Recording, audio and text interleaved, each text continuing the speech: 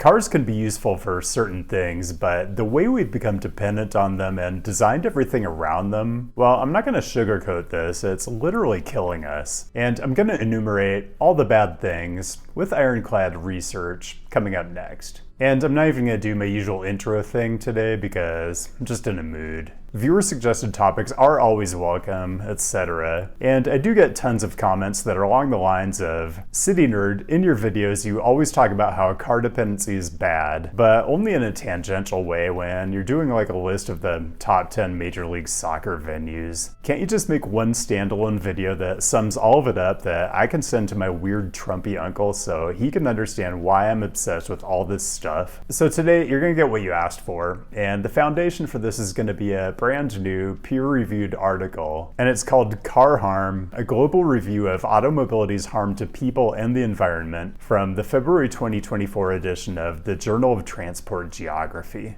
I mentioned this right at the top because, number one, academic research is a tough business, and I want the people who worked on this to get their due. Number two, you can give them their due by going and reading their paper. It's actually highly readable for this kind of publication, and the graphics are shockingly good for something that appears in an academic journal. And three, it really is the best, most comprehensive, and obviously up-to-date paper I've seen on this topic. And because it is a peer-reviewed article, it includes extensive citations to back up everything. Now, I know you all, and I know that like less than 1% of you are actually going to go read this thing, and that's why this video exists. People barely read anything anymore, much less academic journals, but they watch YouTube videos, so I'm going to do what I usually do and deliver this excellent information with my usual gratuitous commentary. But honestly, if you want to quote anything here, go to the actual source. So the paper breaks down all the different harms caused by automobility into basically 19 different buckets, which intuitively seemed like too many, but when I actually went through it, every one of the 19 buckets was legit. They really are all discrete and important ways that automobility negatively impacts our health and our lives. I'm going to be comprehensive and touch on all of these, but let's start with the most direct and obvious thing, which is crashes. So the World Health Organization says crashes kill 1.3 million people per year, or about 3,500 people a day. I'm just trying to imagine what the global response would be if 10 to 20 passenger planes crashed every day, killing everyone on board, because that's roughly what this is. And remember, this is just accounting for fatalities. The number of people suffering permanently life-altering injuries in crashes is much higher. The paper does allow that modern safety features have resulted in a trend where the number of crash fatalities has increased at a lower rate than the actual amount of driving, except in the US, where the crash fatality rate has recently spiked upward, which the authors attribute at least partially to American drivers' appetite for heavier, taller vehicles.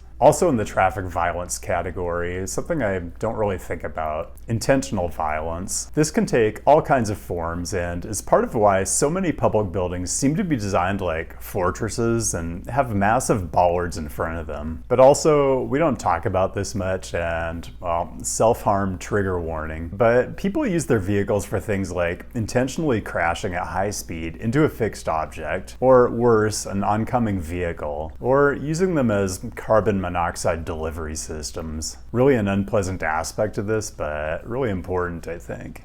Let's dive into the health category, which we're considering separate from traffic violence. This includes pollution, both from the exhaust that's generated from running motors and material abrasion, so things like tires and brake pads. So you get all kinds of gases that you really don't want to be anywhere near, especially not in the kinds of quantities that you get from vehicle exhaust. And you get all the particulate matter from material abrasion, a lot of which is very small particles that are particularly dangerous since they travel through biological barriers so easily, and the paper cites an estimate that up to 90% of particulate matter in urban areas is traffic related. All of this stuff is associated with increased risk of respiratory and circulatory diseases, including cancer, and all kinds of neurological conditions. And the authors point out that while the transition to electric vehicles will likely reduce exhaust-related pollution, particulate matter will almost certainly get worse since the vehicles are heavier and therefore generate more material abrasion. Okay, so that's a big one. Noise is another, and automobility is the #1 source of noise in urban areas. This includes propulsion noise, so the motors themselves, which is the more prevalent source at lower speeds, and rolling noise, meaning the contact between tires and pavement, which is the dominant source at higher speeds. So again, electric vehicles aren't going to be the magic bullet. Health impacts of increased noise: high blood pressure, tinnitus and hearing loss, anxiety, stress, sleep disturbance, and cognitive impairment. Remember, cities aren't noisy, it's cars that are noisy. Next, light pollution and thermal pollution. I'm talking about extremely bright illumination that's required for roadways and parking lots, which interferes with your sleep quality and your overall health. And thermal, I'm talking about urban heat island effects. Expanses of pavement that exacerbate heat waves and all the terrible health impacts that come with those kinds of events, especially for vulnerable populations. Here's another: sedentary travel. I'm not an evolutionary biologist, but I assume our species evolved over millions of years using our feet to get from place to place, and being conveyed by a motorized chariot is fairly new in the large scheme of things. Sedentary behavior increases risks of all kinds of cardiovascular diseases, while people who walk and bike regularly experience improved physical and mental health. Of particular concern, children have become increasingly sedentary in their travel. In the US, the proportion of children who walk or bike to school has decreased from about 48% in the 1970s to about 11% in 2017. Probably hasn't increased in the last 7 years.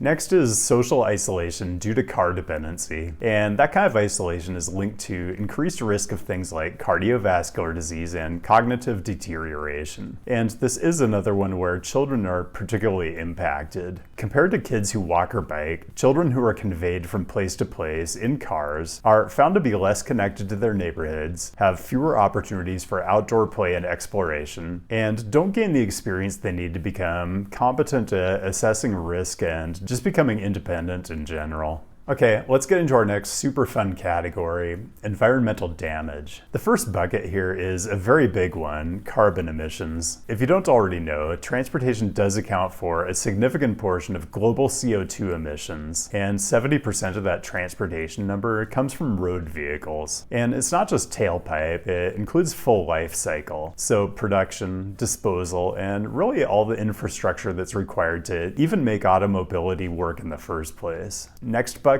pollution and resource extraction. So oil, obviously, but also mining for the different kinds of metals used in vehicle manufacturing has massive air, water, and soil quality impacts. And electric vehicles require even more mined material than internal combustion engine vehicles do. Another bucket under the environmental category: tires. Not biodegradable. You ever see those junkyards full of used ones? Yeah, those aren't going to disintegrate organically. The paper cites a study that says about 35% of microplastics that are released into the ocean are from tires and road markings. All of this stuff makes its way into the runoff, and it is all very bad. There's another bucket for other kinds of pollution, like the road salt we use for de-icing streets in the winter. I hate to break it to you, but massive amounts of sodium chloride in our runoff is not good for freshwater ecosystems, and oil spills, not at all optimal for our marine ecosystems. There's also a land use bucket, so the way we allocate land to our roadway system. Collisions with wildlife are just a piece of this. More troubling is the way our roadway network fragments habitats and impacts biodiversity, and the way that low-density development patterns associated with automobility lead to loss of habitat, not to mention exacerbating natural disasters like flooding and wildfires. Okay, everything I've talked about so far is terrible, and it's almost absurd to say that any one of these things is worse than another, because they're all bad. But in a minute, I'm going to get to a special kind of badness, which is all the ways that automobility erodes the very fabric of society. And just so this whole video isn't just a huge bummer, I'm going to talk about solutions and what you, as a conscientious viewer of YouTube videos, can do in your own community. And I'm not even going to do my usual call to action here. You know where to find me, and I'd rather just get back on topic. I mentioned that this paper has above average graphical content. For example, this one connects all the different externalities of automobility to all the different kinds of harm we've been talking about. And I'm going to finish with what they call social injustices, which I think is a fair term to use, but spelled out really means all the ways in which the benefits and harms of automobility are just not equally distributed. This manifests in all kinds of ways when it comes to traffic violence, like the fact that drivers are less likely to yield to black pedestrians than they are to white pedestrians, and that cars are often designed for a typical male anatomy, to the point where when a woman is involved in a car crash, she is 47% more likely to be seriously injured than a man. I'm not even trying to do identity politics here, I'm just pointing out facts. Another bucket is inaccessibility, and this comes in two varieties. One readily apparent one, which is that a built environment designed around cars has all kinds of barriers and hazards baked into it that especially impact people with mobility issues and vision and hearing impairments. But the other less obvious one is that automobility itself limits accessibility for people who can't afford or choose not to drive. I like the way the paper puts it. Automobility promises the annihilation of distance, but prioritizes some people's journeys at the expense of others. Rather than dissolving space, the car economy redistributes it, systematically favoring people who choose to drive, and you can just file that under gratuitous commentary. The next bucket is something I feel like I talk about on this channel constantly, and it's car-dependent places. Automobility itself is inseparable from a whole philosophy of land use that separates residential, retail, employment centers, schools, and public services geographically, resulting in cities and suburbs where the car is the solution to the problem that the car itself helped to create in the first place.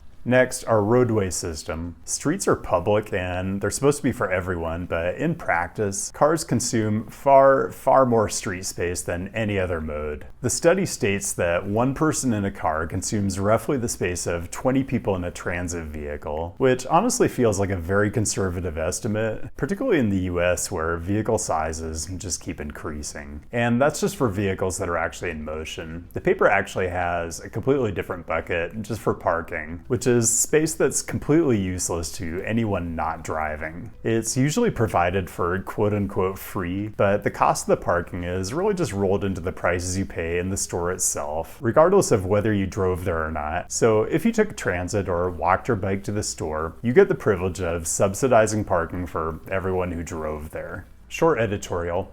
I recently made the mistake of walking into a Walmart without having drove there because I don't drive anywhere. Well, the greeter wouldn't let me enter the store with my backpack, which I always have with me because I'm generally biking everywhere and I need to carry my stuff. So I asked the greeter if they had any lockers where I could lock up my bag, which is something they do have at the Walmarts in Mexico. And what they told me was, no, you just have to go lock up your bag in your car. And when I said I didn't drive there, that just didn't compute at all. So the upshot was I had to leave the store. I can't even remember why I wanted to walk into a Walmart in the first place, and I'm definitely not going back. Next bucket, housing. We're in a housing crunch, and the space that's required to support automobility contributes directly to the scarcity of space for housing. Parking is often bundled into the price of housing, which creates a particular inequity and hardship for people who don't drive. And the paper points out that the amount of space that one off-street parking stall consumes is about the same as the average living space per person in countries like China, South Korea, and Spain. And this next one is super interesting. It's the inequitable allocation of time